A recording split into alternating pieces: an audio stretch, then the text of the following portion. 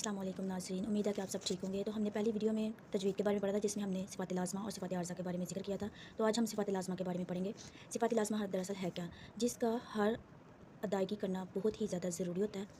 اس میں کوئی بھی غلطی کوتاہی نہیں کرنی چاہیے، جیسے زبر، زیر، پیش، کوئی بھی حرف جیسے جو ایک جیسے ملتے ہوں تو ان کو ہم بالکل بھی تبدیل نہیں کریں گے۔ اب ہم دیکھ لیں کہ ایک جیسے حروف کیا ہیں، جیسے ہا اور ہا، قاف، قلم والا کاف اور کتاب والا کاف۔ جیسے کہ آپ دیکھ لیں تا اور توا،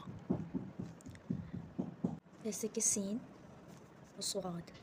اس کی مثال لے لیتے ہیں، جیسے کہ آپ قاف اور کاف کی مثال لیتے ہیں۔ قاف اور کاف میں دراصل کیا، قل هو اللہ احد۔ اب یہ قل کیا ہے، قل اے نبی صلی اللہ علیہ وسلم آپ فرما دیجئے۔ تو اگر ہم یہ والا قل ادھر لکھ دیں، نعوذ باللہ، تو اس کا ہمارے پاس کیا مطلب ہو جائے گا، اس کا مطلب ہو جائے گا ہر تو کھا۔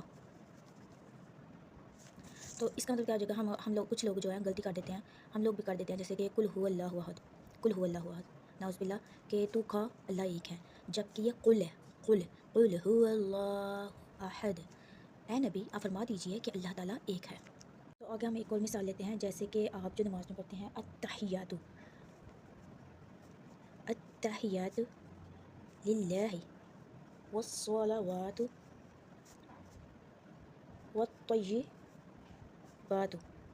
اب کچھ ناظرین یہاں پہ ہم تا کی بھی مثال لے لیتے ہیں اور والطیبات کو پڑھ دیتے ہیں والطیبات تا، جبکہ عربی میں اس کا کوئی بھی مطلب نہیں ہے۔ اب یہ نا التحیات، اب تمام کلمات للہ اللہ کے لیے ہیں، والصلوات تمام اور نمازیں، والطیبات اور پاکیزہ چیزیں۔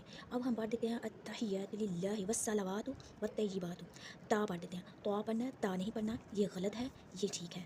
والصلوات نہیں ہے، سین نہیں ہے، صاد ہے، تو یہ ٹھیک ہے، یہ غلط ہے۔ اگر ہم بات کرتے ہیں صفات عارضہ کے بارے میں، یہ اس پر عمل کرنا تو ضروری نہیں ہے، عمل کرنا ضروری نہیں ہے، لیکن یہ صرف خوبصورتی کے لیے پیدا کیے جاتے ہیں۔ جیسے کہ خوبصورتی پیدا ہوتی ہے اس سے معنی مفہوم تبدیل نہیں ہوتے، خوبصورتی پیدا ہوتی ہے، اس سے خوبصورتی پیدا ہوتی ہے، تو اس سے معنی مفہوم بالکل بھی تبدیل نہیں ہوتے۔ جیسے کہ اس سے مثال لے لیں، مثال کے طور پر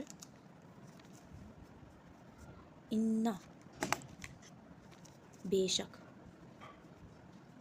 اب انا بے شک، ہم پڑھ دیں انا آتینا، ٹھیک ہے، انا بے شک، انا بے شک، تو ہم اگر ایسے پڑھ دیں انا، تو معنی تو وہی رہے گا بے شک، یہ خوبصورتی نہیں پیدا ہوگی۔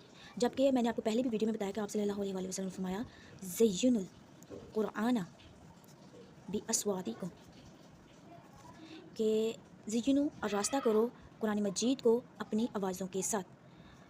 نبی کریم صلی اللہ علیہ وسلم نے خود بھی فرما دیا کہ قرآن مجید کو اپنی آوازوں کے ساتھ آراستہ کرو۔ تو صفات عارضہ دراصل صرف خوبصورتی پیدا کرنے کے لیے آتے ہیں، جیسے کہ مثال کے طور میں نے آپ کو بتا دیا ہے، اس پر عمل کرنا بالکل بھی ضروری نہیں ہوتا، جبکہ صفات لازمہ پر عمل کرنا بہت ہی زیادہ ضروری ہوتا ہے۔ تو ناظرین اگر آپ کو میری ویڈیو پسند آئی ہو تو آپ اسے لائک کریں، سبسکرائب کریں اور زیادہ سے زیادہ شیئر کریں۔ شکریہ۔